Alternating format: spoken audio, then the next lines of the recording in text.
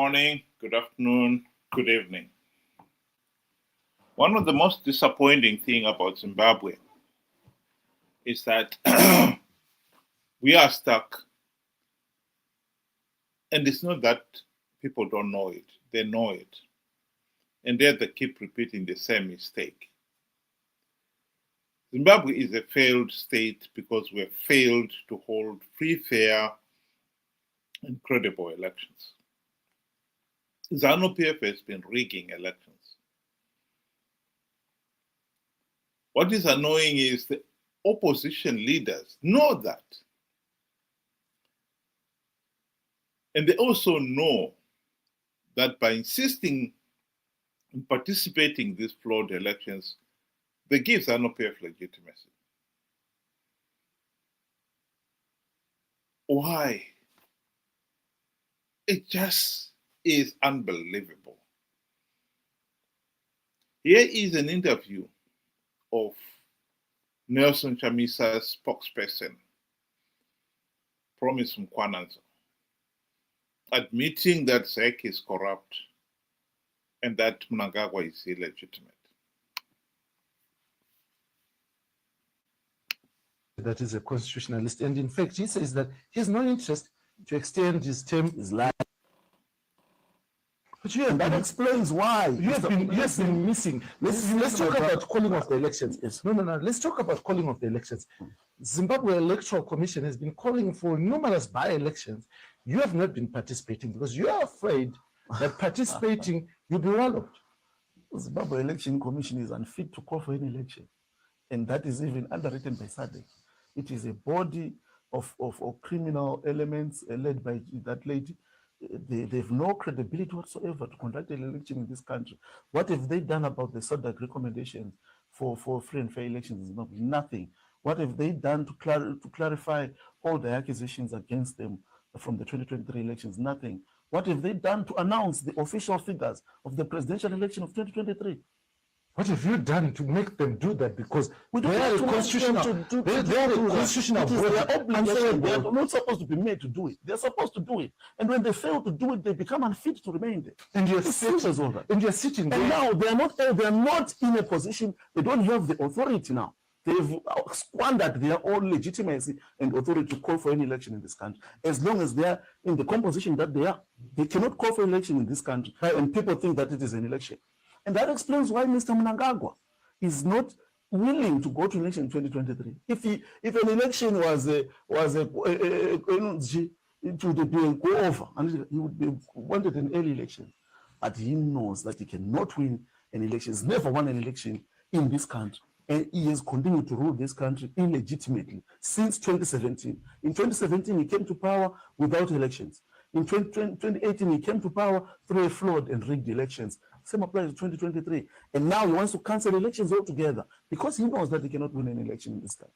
So it's not about an election. It's just about Mr. Mnangagwa's unwillingness to follow the laws of our country, to follow the channels to attain power. But President Ben, what do you think of that?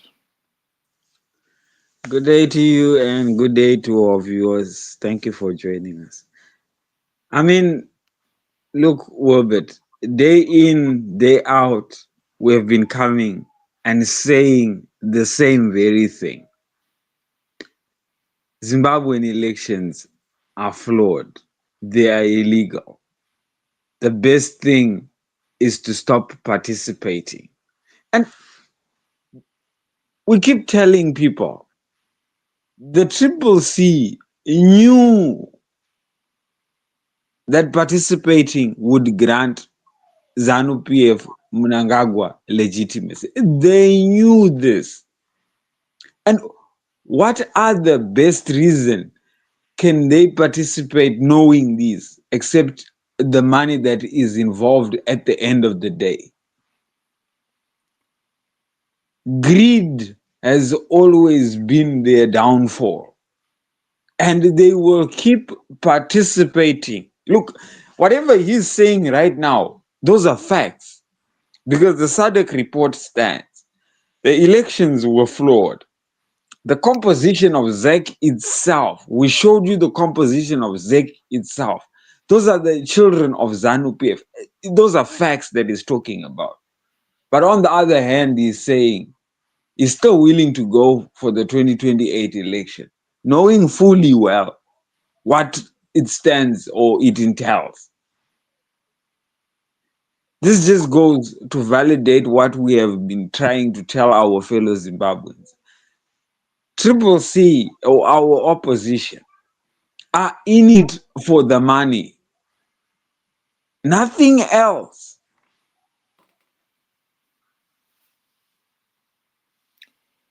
Well, I totally agree with you. But I think it's important that people should be reminded what Mkwanazi was saying here. First of all, he's acknowledging that ZEC has lost all credibility. ZEC is not in any position to hold free, fair, and credible elections. He knows that. And yet, he is the one, or the opposition are the ones who have been insisting in participating in these elections. I think the one question that I would have really liked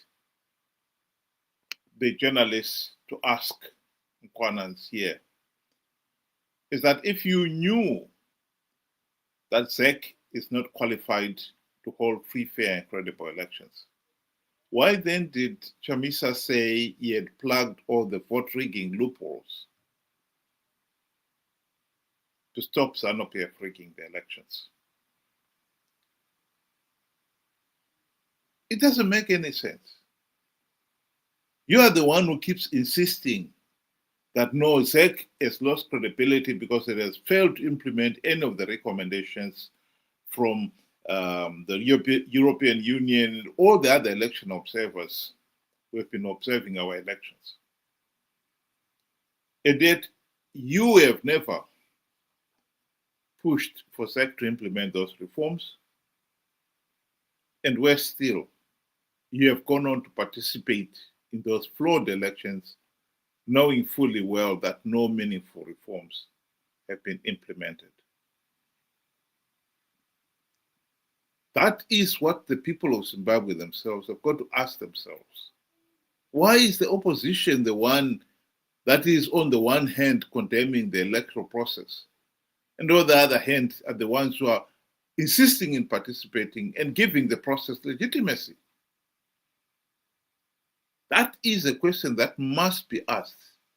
And it is a pity that 25 years since the formation of the MDC, including the 5 years in the GNU, the people themselves have not woken up to that political reality.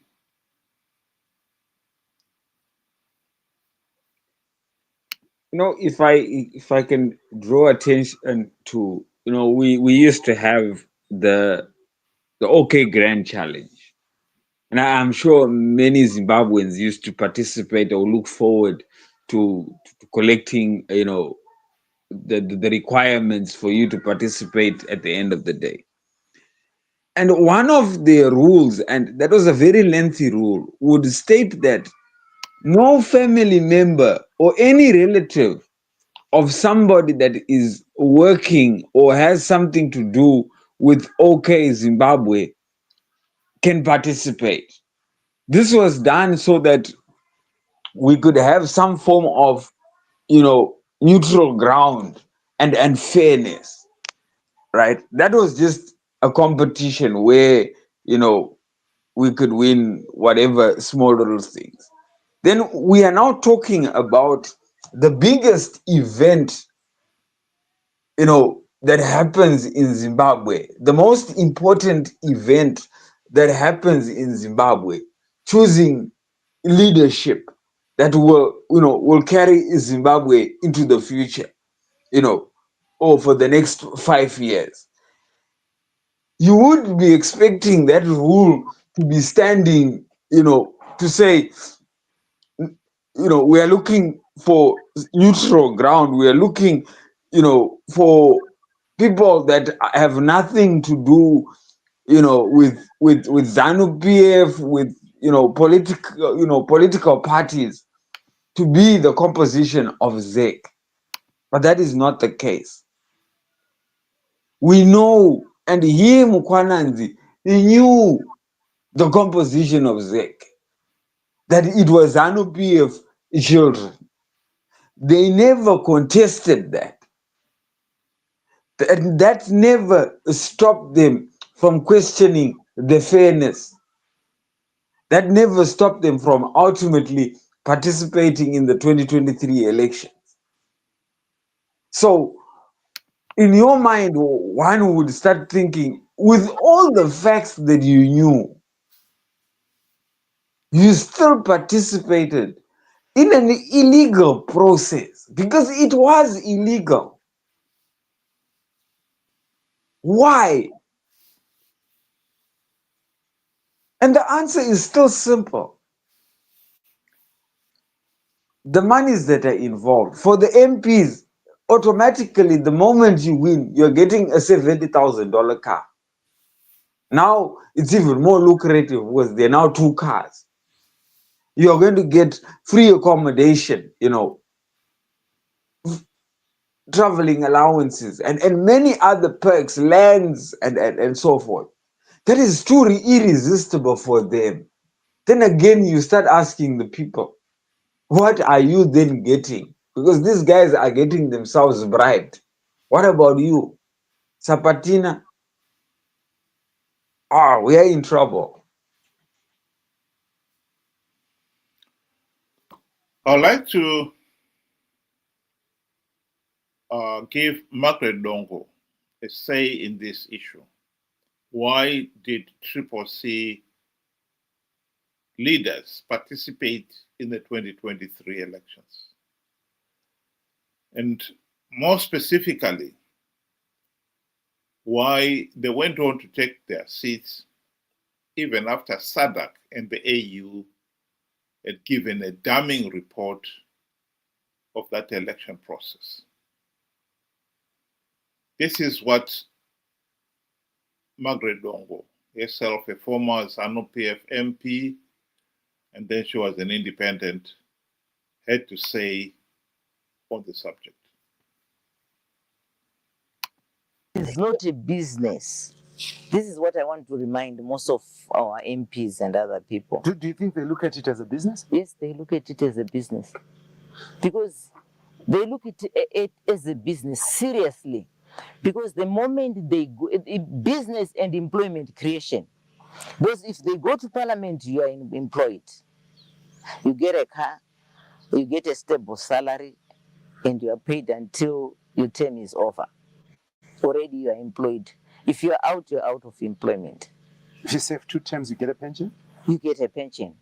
Then already, this is why people kill in politics. They kill to be in parliament. This is why we have violence in this country. Because there is no employment. The only employment which is there is in politics. There is no other outside employment. So for them, a very good example is, look at what happened to CCC, the CCC party. Have a look. When they lost, when they said they were rigged, what I expected from them, I expected all parliamentarians to say, we are not going to go to participate in a rigged system. And we are not going to sit in a rigged parliament. Because the elections have been rigged. So all of us were not going to parliament. Imagine what could have happened. We could have gone into new elections. There's no way ZANU PF was going to rule alone. You think so? Yes. Do they care? Caring or not caring, the public would have forced them, because the majority of the people would want representation in parliament. This is the tragedy of Zimbabwe. The people entrusted the opposition, the MDC, CCC, with the task of implementing the democratic changes necessary to stop ZANU PF rigging the elections. The tragic reality is Mugabe corrupted the MDC leaders. So they forgot to implement even one token reform, even when they had the golden opportunity to do so during the GNU. And ever since the GNU, they've participated in flawed elections out of greed. What makes the situation worse is that the people themselves have been slow in realizing what is going on. And hence their continued support of the opposition. In Zimbabwe, whether we like to admit it or not, the opposition is ZANU PF Team B in all but name. They've been participating in flawed elections to give ZANU PF victory and legitimacy. And it is up to us, the ordinary people, to put an end to this madness. Ben, do you want to give your closing remarks? In closing, I would want to state that, it is obvious that the CCC knew exactly the outcome of participating in rigged elections. The evidence, they had it. The facts, they have said it. So they knew way, way beforehand. But it was just simple greed that couldn't be stopped, that couldn't, be quenched, that they went on to participate in those elections, knowing fully well ZANU PF had their children doing their bid. And at the end of the day, what did they stand to gain? Parliament seats, councillor seats, the small perks that come along with that. And the people of Zimbabwe were made to suffer. So you are seeing a situation where the opposition in the day is crying with the people, but at night they are dining at the table with ZANU PF. We need to wake up to that reality. And change has to start with us. Change has to start with you and me. And until we get that, we are going to be used, in the greedy, people's affairs anyway. Thank you very much. My closing remark would be that Chamisa and company and these fellow guys in the opposition would want to convince the people of Zimbabwe that the 2028 elections, they can win them, and they will win them. Even after acknowledging that without reforms, the ZEC is not fit to be responsible for the holding of elections in Zimbabwe, because they will never be free, fair, and credible. And yet they will con the people to participate. And if people are conned and they participate in their millions, then you will perpetuate the dictatorship. It is a pity that the people of Zimbabwe have been very slow indeed in picking up the political reality on the ground. After 25 years of MDC CCC and not even one token reform implemented, the people of Zimbabwe should have woken up by now, and yet they are not. The issue of Chamisa is a liar and a conman. Some people are still in denial, even in the face of all the evidence that he is a liar and he is a conman. We are our own worst enemy because